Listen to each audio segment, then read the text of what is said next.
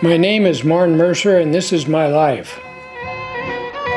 I was born August 9th, 1920, in McGrath, Alberta, Canada.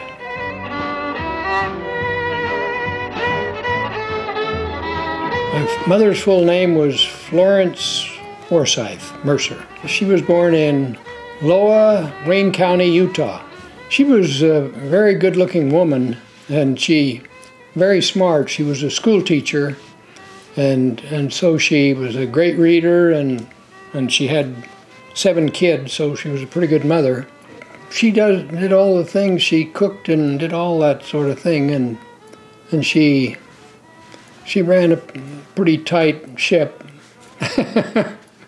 His name was Ammon Julian Mercer, and he was born in American Fork, Utah. And he was a school teacher too, but he was also a top athlete, and he could do all sorts of athletic things. And when he lived in Canada, he was sort of the star of the town because he was also a musician. He was in charge of the town band, and of course he taught school up there, and then he taught school in Utah after we moved down for a while, and then he got into other things. But so he was a very active person, and both he and my mother were very smart, and so all the kids were supposed to be smart.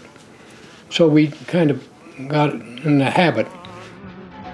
I'm just a lonely rover. It was pretty good. We had I bought my own bicycle when I was 8. So I could go all around town on my bicycle from 8 on. So I got to, could go wherever I wanted to, whenever I wanted to, practically. And it was a pretty good time, and we were only about 2 blocks from the grade school. So going to school was easy. We just walked down the street. High school, we did take a train 14 miles to another town.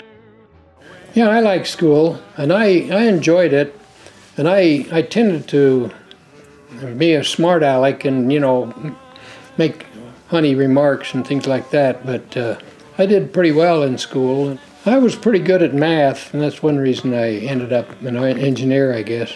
We played all sorts of sports, and in the winter we had a lot of mountains and a lot of snow, so we did skiing too. My first job was really working in the fields. Initially I made $1 a day, and then the Depression came along and I made 50 cents a day, 8-hour day. Hard work from 8 to 12 and 1 to 5. We got paid by the unit when we picked berries and fruit and things like that. So all sorts of work like that. I went down to Salt Lake, and I had $150 saved, and I went down and bought a Harley Davidson and drove it home. I never driven one in my life, and drove it home. And then later I sold the motorcycle and bought a car. It was a 34 convertible, and I think I must have learned on that. I was about 16. Well, I was a good Mormon at the time. In fact, the whole town was Mormon. There were only 2 other people that weren't Mormons in the whole town, but it was a pretty good life.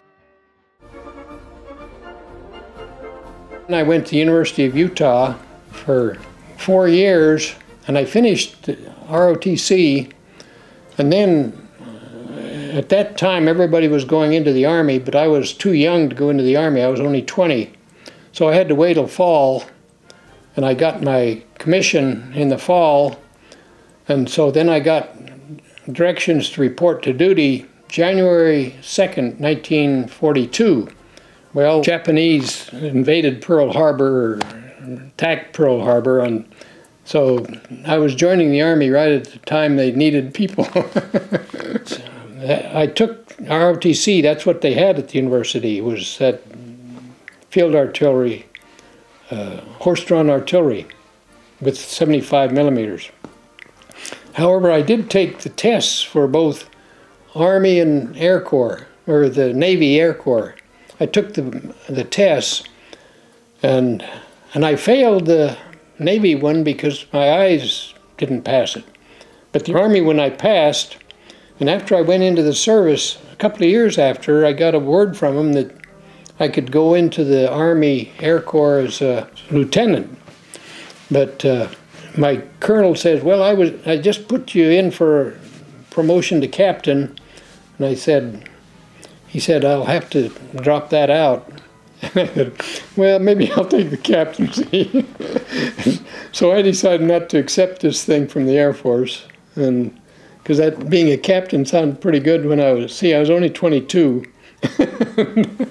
I was assigned, when I first went in, I was assigned a platoon of 60 people that I had to show them how to run the field artillery. So I went right in there, and then a little later, I went down and assigned to the 40th Field Artillery, and I stayed with the 40th Field Artillery clear till the war in Europe ended, and then I was transferred to a battalion because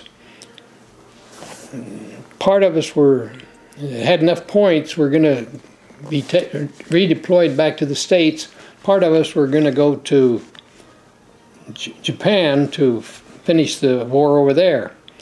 And then in the meantime, the war over there ended, and so but I was already transferred out of my 40th Field Artillery.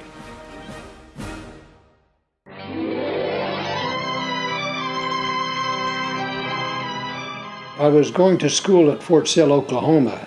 That's the artillery school. And on a Saturday night, I was playing poker in a tent we had. We were living in tents there, pyramidal tent. And the guy came in and said, anybody interested in going out a blind date with a co-ed? And I was losing money. I wasn't getting good cards, so I said, I am. And so I said, oh, I'd like to. And so I signed up, and it turned out to be my wife. I didn't know that. But here I encountered the most beautiful girl I'd ever seen in my life, and I thought, come on, you can't be serious. Her name was Maxine. Incidentally, we were married 65 years, so it lasted pretty good. She's just beautiful. She was 20 years old. She was a junior in college, and, you know, the prettiest girl I'd ever seen by far. We got along great right from the start. We only had 2 or 3 dates, but then I maintained a communication. We wrote. Later I got some leave to go home, and this was in March, 44. It was 44. And so I had this leave, but it turned out to be what they call terminal leave before you go overseas. And so in the process, I'd written back and forth, and we agreed to meet in Dallas on a weekend. So I met, and I gave her a ring, and she said, yeah, okay. And so then I said, why don't we get married? And I talked to her all that weekend, and she said, okay, why don't we? So we went up to her house in Oklahoma and met the family, because I hadn't seen any of them. Her father was a very strict guy, though. He called up the bishop at our place, and he called up the school, and he got good reports. The bishop says, I wish he had married one of my daughters.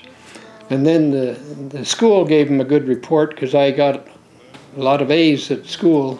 And they arranged a church wedding on Tuesday. This was Sunday. I convinced her on Sunday. We were married on Tuesday. And then we left into Louisiana for a month. And then we had to go in April overseas. So she went back to school and I went overseas.